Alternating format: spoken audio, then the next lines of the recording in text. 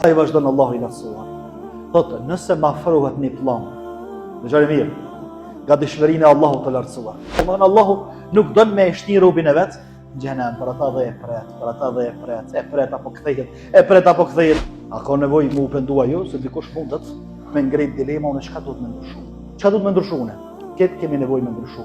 Këtë kemi çka me ndryshu. Këtë kemi çka më u pendu. Këtë kemi çka për çka më i çudur të don Allah, Allah ti din do të më shefta. Që si din kërkosh, mi kem shef deri tash, o Allah fal. Do të më u pendu për 2 sene. Edhe kjo është formula e pendimit që nuk ka nevojë me filozofu shumë rreth saj.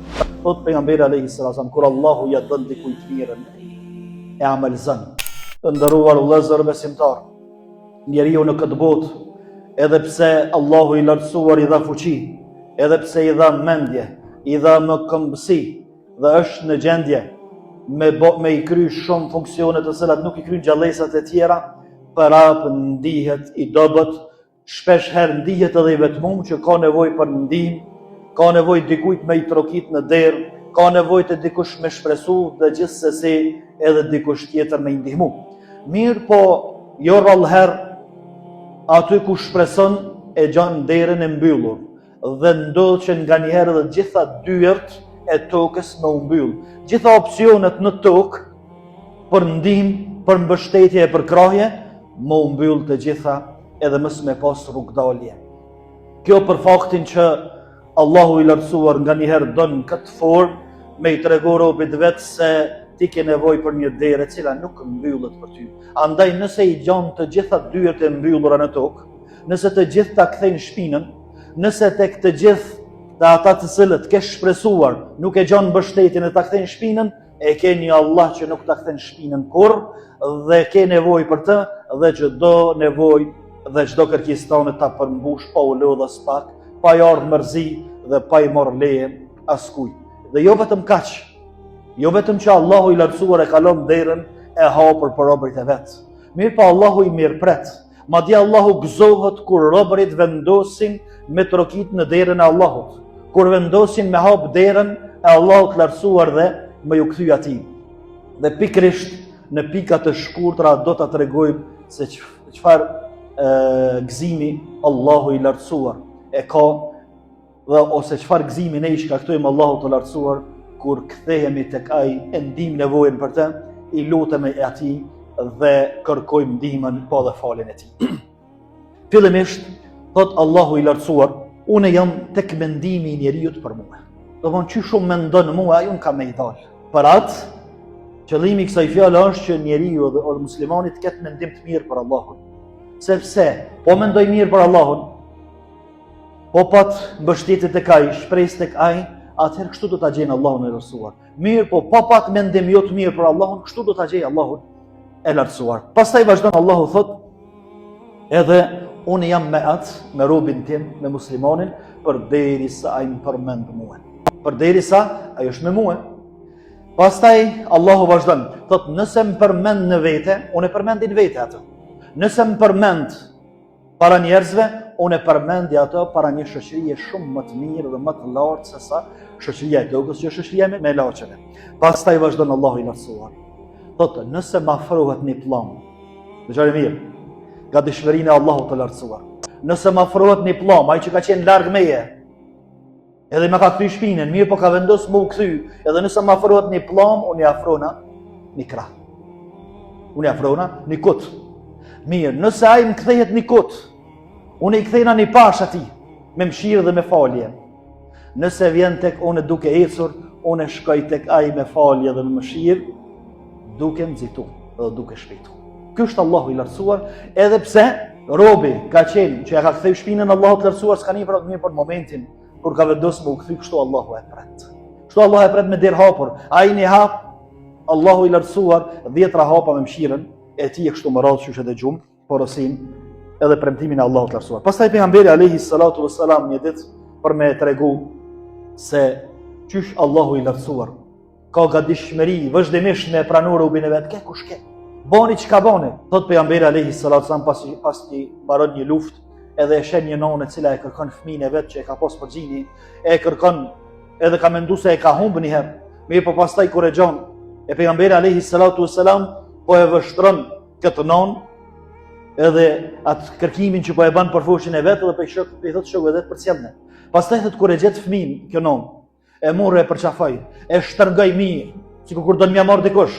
Pastaj filloi mi dhon gjijë dhe po e qafe pa e përçafon. Thot pejgamberi alayhi salatu wassalam, çka ja u merr mendja që kjo non, a kish me hudh që të fëmin zjarr? Shokët i thënë, jo, kjo e hudh vetin, e nuk e hudh fëmijën, përderisa nuk e ka ne varzorit madh. Thot wallahi, Allahu thot, edhe më hiç nuk dëshiron që robin e vet me shtin zjarr. Është më e dhëmshme se kjo non, për fëmijën e vet, për robin e vet. Domethënë Allahu nuk don me shtin robin e vet gjenem, për ata dhe e pret apo kthehet, derisa mo ti humb edhe ti djeg të gjitha mundësitë që Allahu i lartësuar e ka dhënë. Pastaj gjithashtu pejgamberi alayhi salatu wassalam thot Allahu gëzohet për robin e vet kur robi i kthehet Allahut, pavarësisht kalumës që e ka, pavarësisht që ka bën, pavarësisht gjunoheve, kur i kthehet thot Allahu gëzohet më tepër se sa që gëzohet ai. Kush është ky personi? Thot një person i cili ka dhënë shkretin veç vetë, edhe në shkretin nuk ka as ushqim as ujë, edhe thot ujin edhe ushqimin e ka ndeve, ka ra me pushu e ka zonë gjumin në hijet pëmës, kur quhet s'është devja, s'është uji, as nuk është ushqimi. Edhe tash po e pret vdekjen ky person. Në hije po e pret vdekjen se kush i bën shkretin ushqim. Duke që ndru kështu thot i kthehet devja me ushqim edhe me ujë që i ka pas. Thot ky prej gëzimit të madh. Habitet Zdena s'ka të thonë, thot, o Allah, ty takon falëndërimi, unë jam Zoti yt e ti robi jam, thot pejgamberi alayhi sallam prej gëzimit madh edhe fjalët i pështjellit. Ndër që me thonë unë jam robi yt, ti je Zoti im, i përciti prej gëzimit madh. Thot Allahu gëzohet më tepër për robin e vet muslimanin kur i kthehet Allahut, edhe thot Allah, s'ka derë tjetër që më bën dërman pas derës tone. Pastaj pejgamberi alayhi sallam gjithashtu thot nuk ka dikush që e don arsyetimin më shumë se Allahu, që don me arsyetu njerëzit. Që do në me arsyetu njerëzit, për ata ka dërgu pejgamber, për ata ka dërgu libra, për ata njeriu shumë prej njerëzve bon që mos me humbi jetën, mos me vdek në aksidentin e parë, në problemin e parë, lëndimin e parë, krejt kjo që mos po kthehet, mos po afrohet. Ja jep dikujt 16, dikujt 17, dikujt më pak, dikujt më shumë jetë, krejt kjo Allahu duke e prit. Duke e prit, duke e dhënë shancat, duke e dhënë mundësitë, mos po kthehet. Kush e bën këtu? Kush e pret kështu? Gjithashtu Allahu i lartësuar thot që e transmeton pejgamberi alayhi salatu wassalam thot, o biri i Ademit jemi unë ti. Sa Ademi alayhi salam është baboi i njerëzimit. Thot, o biri i Ademit, me mrri gjunohet e tua kupën e qiellit. Me boça gjunohe sa që me hyj për mi të çojnë kupë qiellit, thon mastaghfartani ghafartu laka wala ubali. Pastaj më kërku falje mu për të, edhe mu kthy edhe mu pendu edhe me ilon atë, unë ti falja atë edhe hiç s'mani. Hiç s'mani. Bash hiç. Se për kujt kam jani Allahut lartësuar. Kujt kam i dhënë llogari Allahut. Domethënë nga dëshmiria e Allahut për me hap dyert, për me pranu, për me u gëzu për ato të cilët i mrrin gjunohet edhe në qiell.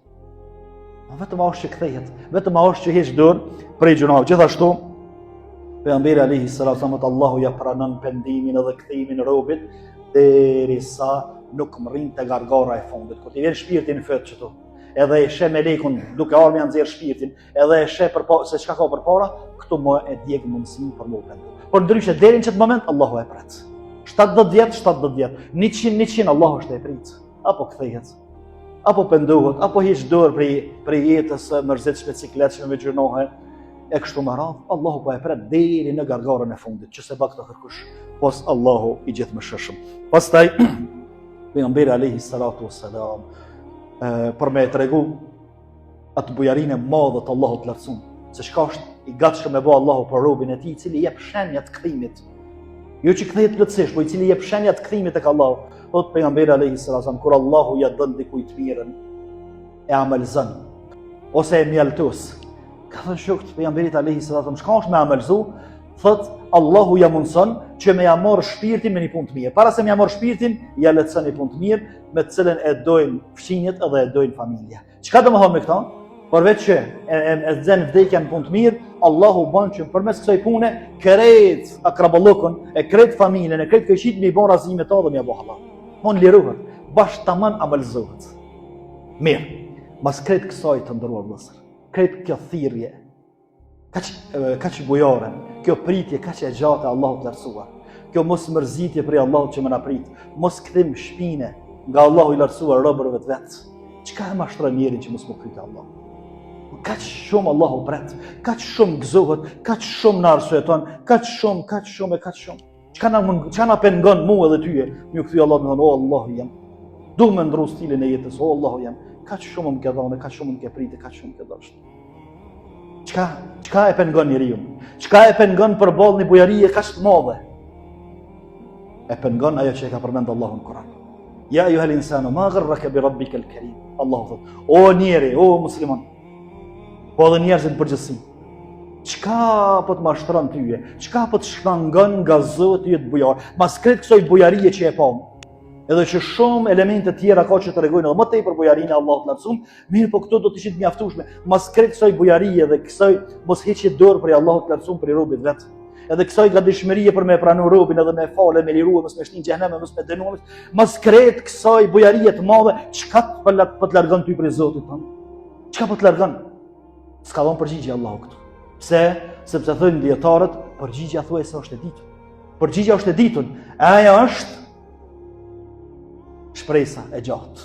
Hajtë se do të kthejna, hajtë se, derisa një ditë kur të na vjen gargara e fundit, hajtë se i del më afati. S'ka më hajtë se. Edhe themi, Rabbi rji'un, o Zot kthem, s'ka më. E kështu që këtë bujari ka të madhe.